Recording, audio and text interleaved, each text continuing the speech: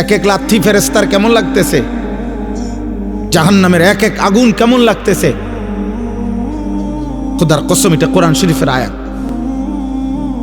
সেদিন ডাকবে, কোরআন শরীফ আছে, ইমানদার জাহান্নামীকে ডাক দিয়া বলবে, আফামা নাহনু বিমাইয়িতিন।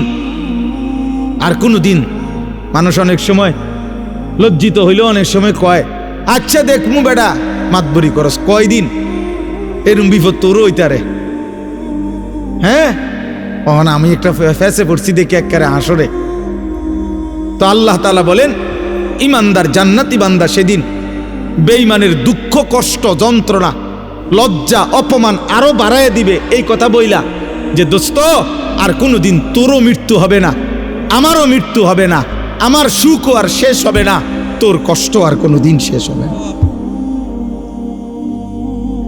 আফামা নাহনু বিমাইয়িতিন।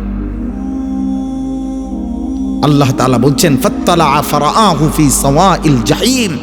প্রত্যেকটা ইমানদার জান্নাতি তার পরিচিত জাহান্নামীদেরকে সরাসরি জান্নাত থেকে বসেই জাহান্নামে দেখবে আযাবের মধ্যে হাবুডুবু খাচ্ছে।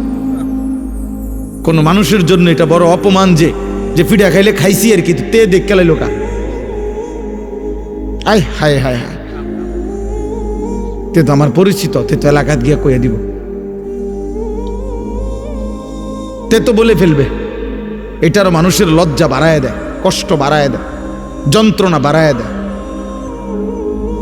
ইমানদার দেখবে তাকায়া, ইমানদার গল্প করবে, কোরআন শরীফে আছে, গল্প করবে।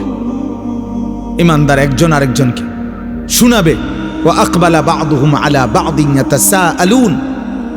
এক জান্নাতি আরেক জান্নাতিকে মুখোমুখি হয়ে গল্প করবে আর বলবে, অমুক অমুক দুনিয়াতে আমার পরিচিত ছিল, যারা আমাকে বলতো আখিরাত হবে না, যারা আমাকে বলতো নাফরমানি আর অশ্লীলতার অসভ্যতার মধ্যে ডুবে থাকতে, আমি আল্লাহর রহমতে তাদের কথা না শুনে আল্লাহর গোলামি করে গেছি।